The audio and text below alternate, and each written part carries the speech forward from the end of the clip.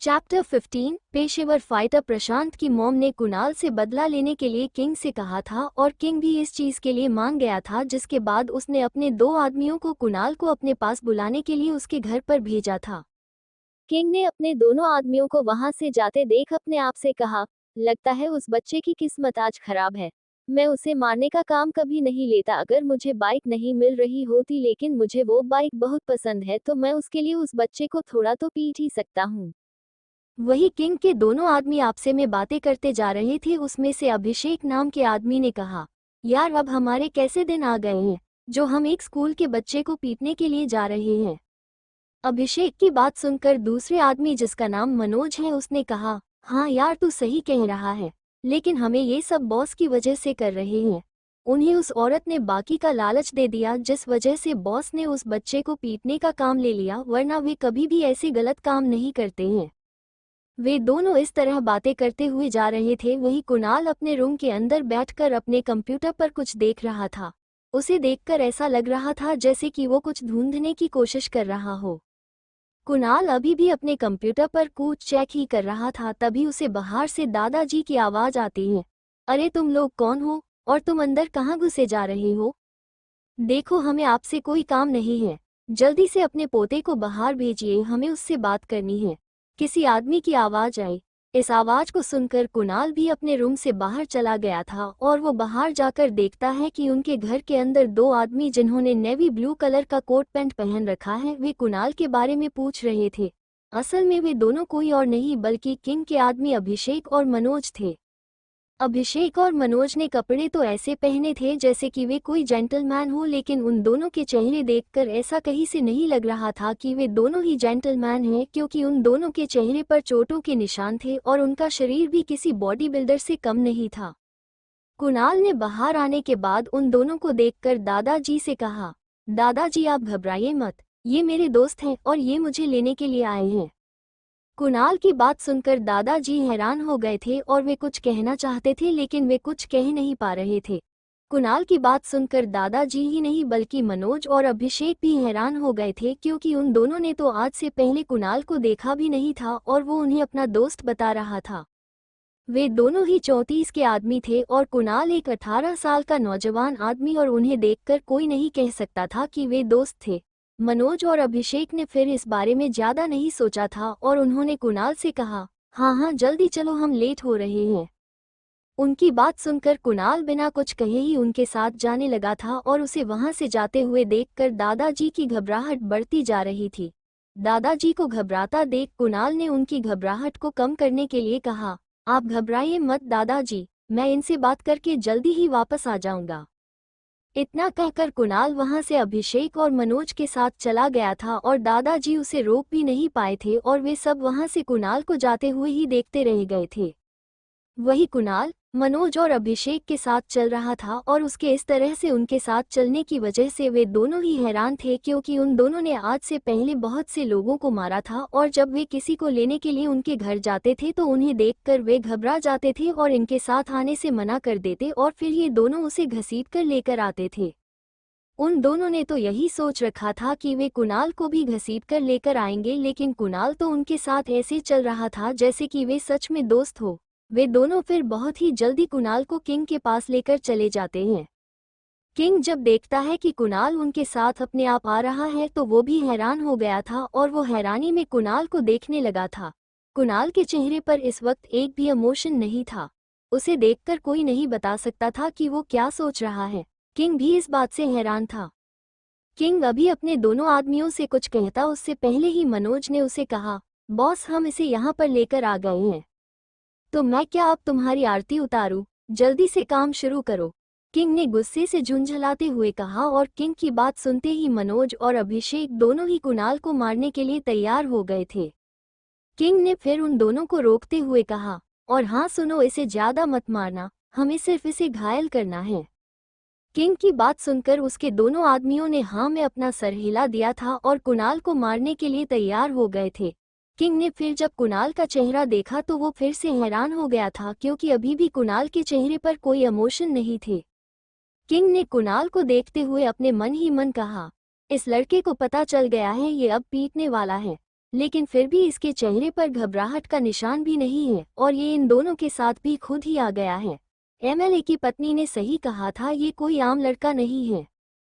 तभी मनोज ने कुणाल के चेहरे पर तमाचा मारने के लिए अपना हाथ हवा में उठाते हुए कहा, बच्चे तुझे अपनी हद में रहना चाहिए था।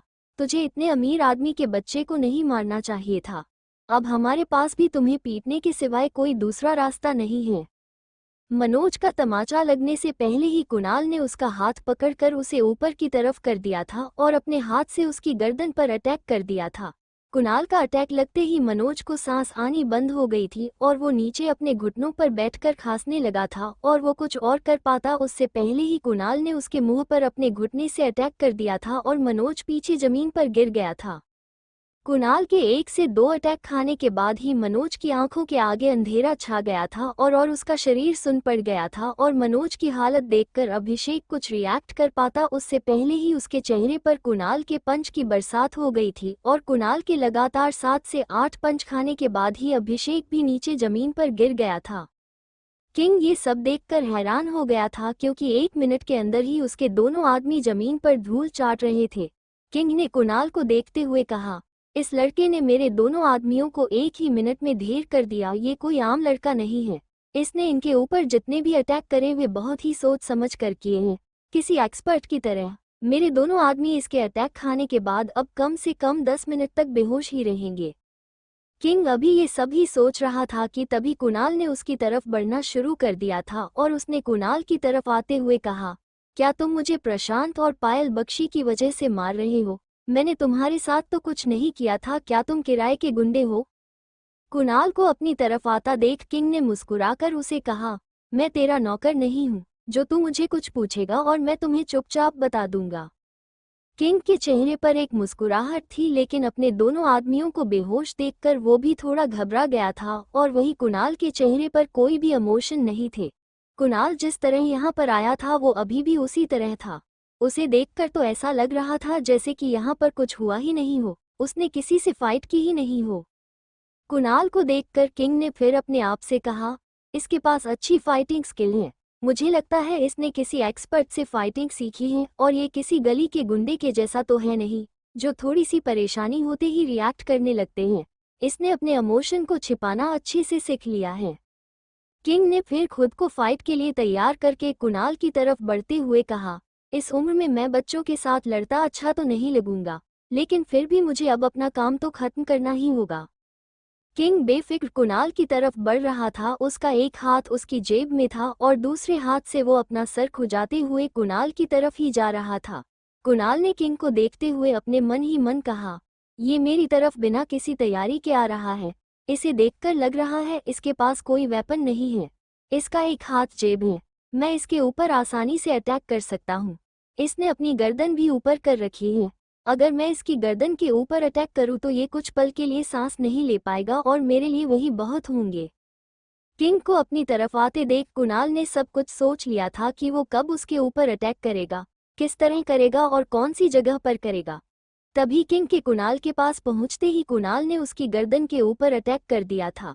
कुणाल का अटैक किंग को लग पाता उससे पहले ही किंग ने अपने हाथ से कुणाल के हाथ पर अटैक करके उसके हाथ को नीचे कर दिया था और जल्दी से अपने दूसरे हाथ को जेब में से निकालकर कुणाल की ठुड्डी पर अटैक कर दिया था। किंग का अटैक कुणाल को लग पाता उससे पहले ही कुणाल ने खुद को पीछे करके बचा लिया था। अपने अटैक से कुणाल को बचता देख किंग ने उसे कहा, बच्चे तू तो बहुत तेज है। अगर तेरी जगह पर कोई और होता तो वो इस हमले से कभी नहीं बच पाता। किंग की बात सुनकर कुणाल ने अपने मन ही मन कहा, ये कोई अब गुंडा नहीं है बल्कि ये एक पेशेवर फाइटर है, क्योंकि ये जिस तरह की पोजीशन में था उस तरह की पोजीशन में मेरे अटैक से बच पाना नामुमकिन है। किंग ने फिर कुणाल से कहा, बच्चे अब मुझे बता तू कौन है? किंग का सवाल सुनकर कुणाल हैरान हो गया था लेकिन उसने अपनी हैरानी अपने चेहरे पर नहीं आने दी थी और फिर उसने कहा, मैं एक आम सा लड़का हूँ जो कि स्कूल में पढ़ता है और एक लड़की मेरी बहन को परेशान करती थी जिस वजह से मैंने उन्हें सबक सिखाया। कुणाल की बात सुनकर किंग हंसने लगा था और उसने हंसते हुए कहा, मुझे ये नहीं जानना है बल्कि मुझे सच जानना है। ये कहते हुए किंग ने कुणाल के ऊपर अटैक कर दिया था। तो क्या अब कुणाल किंग से बच पाएगा? और किंग कुणाल से कौन से सच की बात कर रहा था? क्या वो जानता था कि कुणाल कौन है?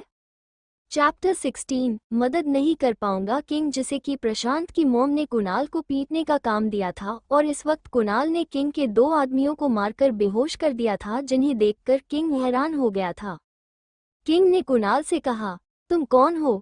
जिस पर कुणाल ने कहा, मैं एक आम सा लड़का हूँ। कुणाल की बात सुनकर किंग हंसने लगा था और फिर उसने हंसते हुए कहा, तू ये डायलॉग किसी और के सामने मार, मुझे तुझसे सच जानना है।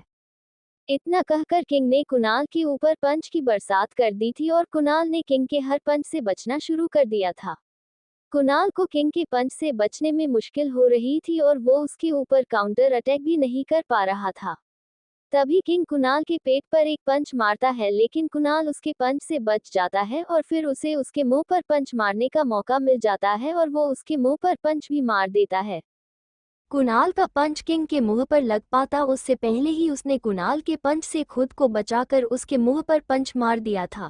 किंग ने कुणाल के मुंह पर पंच मारते हुए मन ही मन कहा, अब ये इस पंच से नहीं बच सकता है।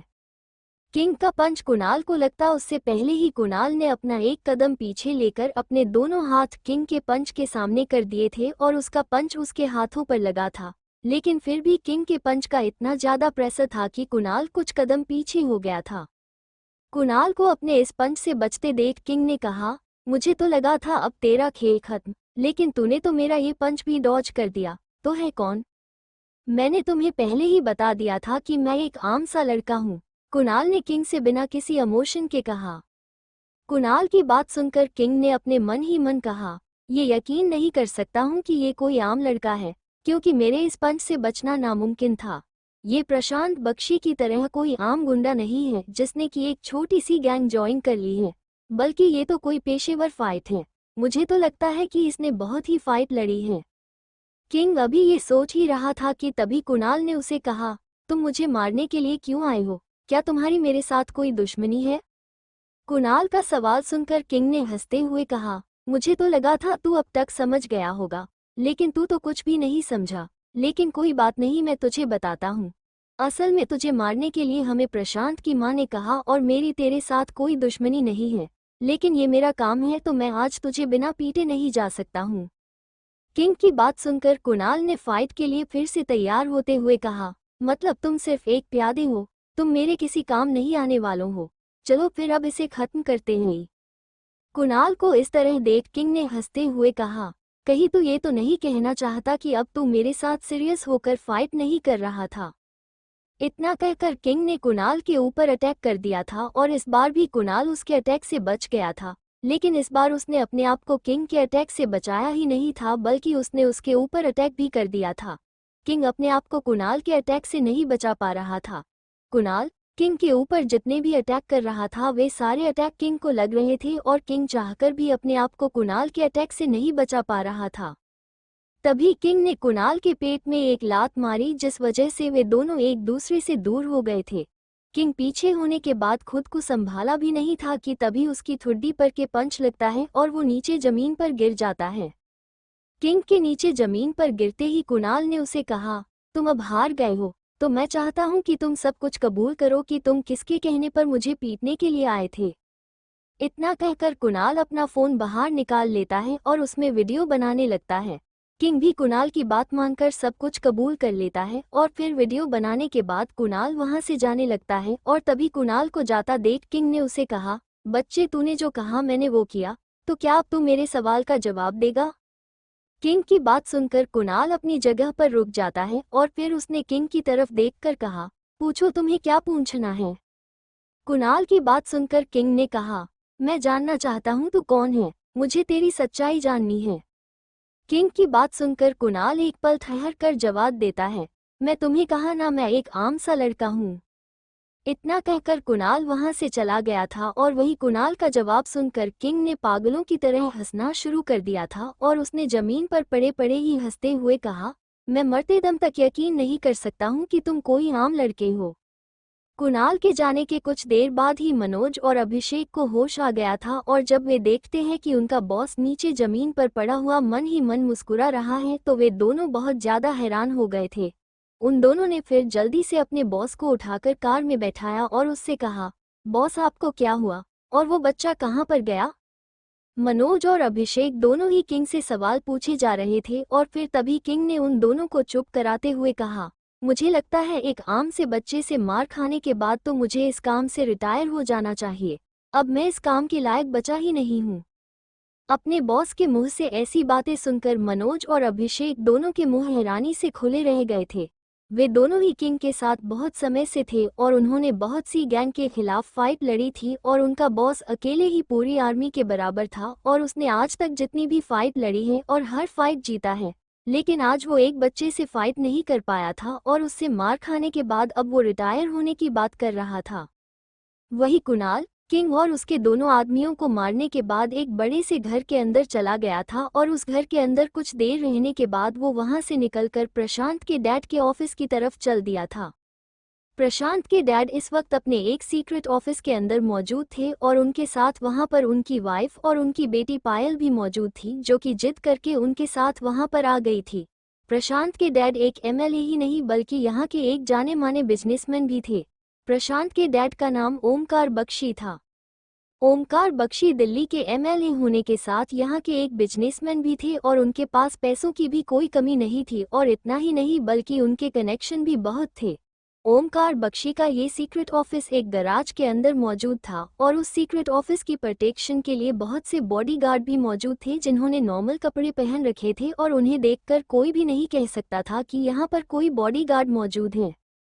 ओमकार बख्शी अपने ऑफिस के अंदर चेयर पर बैठे हुए थे और उनकी वाइफ और बेटी सोफे के ऊपर बैठी हुई थी। तभी ओमकार बख्शी के सामने रखे फोन की रिंग बजती है, जिस सुनकर ओमकार बख्शी की वाइफ जल्दी से सोफे कर ऊपर से उठ जाती है और उस फोन को रिसीव करने के लिए जल्दी से फोन की तरफ भागती है। लेकिन तभी अचानक से ओमकार बख्शी फोन को उठाकर रिसीव कर लेते हैं। ओमकार बख्शी ने फोन रिसीव करते ही कहा, किंग देखो, अपनी वाइफ की तरफ से मैं तुमसे माफी मांगता हूँ और तुम्हें थैंक यू भी करना चाहता हूँ कि तुमने उसके इतने बेकार से काम के लिए हाँ भी कर दी है। वैसे हमें तुम्हें ये काम देना तो नहीं चाहिए था, लेकिन मेरी वाइफ की नादांगी को तुम माफ कर देना। ओमकार बख्शी को जिसका कॉल आया था वो किंग था। किंग ने उन्हें बताने के लिए कॉल किया था कि वो उनका काम नहीं कर पाया है, लेकिन ओमकार बख्शी उसकी बात सुने बिना ही उससे माफी मांगने लगे थे। ओमकार बख्शी को डर था कि कहीं उनकी वाइफ की इस हरकत की वजह से किंग को गुस्सा ना आ जाए और वो उनका साथ छोड़ दे। ओमकार बख्शी ने किंग की मदद से बहुत से लोगों से उनकी जमीन हड़पी थी और इतना ही नहीं बल्कि अगर आज वे एक बिजनेसमैन भी हैं तो वो भी किंग की वजह से ही हैं। ओमकार बख्शी को जिस भी इंसान की वजह से परेशानी होती थी उस इंसान को किंग या तो डरा कर चुप करा देता था या फिर उसे मारकर।